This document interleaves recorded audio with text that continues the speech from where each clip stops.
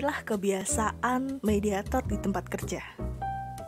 Mediator atau INFP ingin merasakan tujuan dalam pekerjaan mereka. Dimanapun mereka berada, di tangga pekerjaan, orang-orang dengan tipe kepribadian ini menghargai harmoni dan mereka mencoba menemukan hubungan emosional dan moral dengan pekerjaan mereka. Ciri-ciri ini mewarnai cara mereka menanggapi otoritas di tempat kerja serta cara mereka mengekspresikannya. Saat mediator menjadi bawahan, mediator bisa menjadi karyawan yang sangat berdedikasi dan perhatian. Mereka bangga karena jujur dan melakukan hal yang benar dalam setiap situasi. Mereka juga merasa puas dengan menyenangkan orang lain, mulai dari atasan hingga pelanggan. Kepribadian mediator merasa paling termotivasi ketika mereka memikirkan cara untuk membantu orang lain dan tidak mengkhawatirkan daftar periksa atau intinya. Ini menjelaskan mengapa pujian dan umpan balik positif bisa membuatnya menyala. Di sisi lain, kritik bisa membuat mediator ditutup ketika dihadapkan pada keyakinan yang dapat menghukumnya ataupun atasan yang sangat negatif. Mereka mungkin merasa sulit untuk menyelesaikan sesuatu. Sebagai karyawan, mediator menikmati kebebasan dan keleluasaan. Mereka suka menggunakan kreativitasnya daripada hanya melakukan apa yang diperintahkan. Meskipun demikian, mereka cenderung mendapatkan keuntungan dari tenggat waktu dan ekspektasi yang jelas agar tetap pada jalurnya. Jika tidak, orang dengan tipe kepribadian ini mungkin terjebak dalam menyempurnakan ide mereka daripada menyelesaikan tugas. Saat mediator memiliki teman kerja, kepribadian mediator umumnya tidak menyukai tingkatan jabatan. Mereka suka mempromosikan kesetaraan di tempat kerja dan lingkungan profesional ideal mereka adalah lingkungan di mana setiap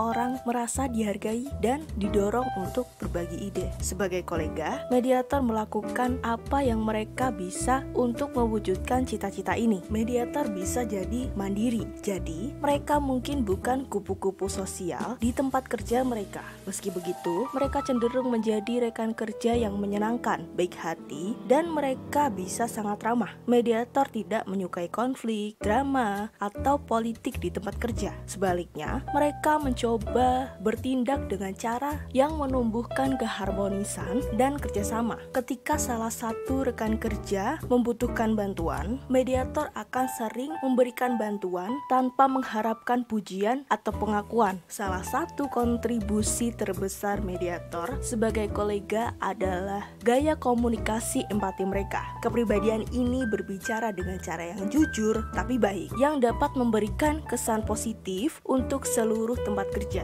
Jika mediator menjadi manajer, mediator adalah salah satu tipe kepribadian yang paling tidak mungkin bertindak seolah-olah mereka yang bertanggung jawab. Mereka menghormati karyawan sebagai manusia yang utuh, tidak hanya sebagai pekerja. Alih-alih membuat keputusan sendiri, mereka seringkali meminta untuk mendengarkan pemikiran dan pendapat karyawan mereka. Secara umum, orang dengan tipe kepribadian ini tidak melakukan manajemen mikro. Sebaliknya, mereka tetap memperhatikan gambaran besarnya. Mereka melihat sebagai tanggung jawab untuk mendukung karyawan mereka. Kapanpun jika memungkinkan, mereka mendorong orang-orang yang bekerja untuk mengembangkan ide-ide mereka sendiri dan menggunakan penilaian terbaik mereka sendiri. Ada sisi negatif dari gaya manajemen ini.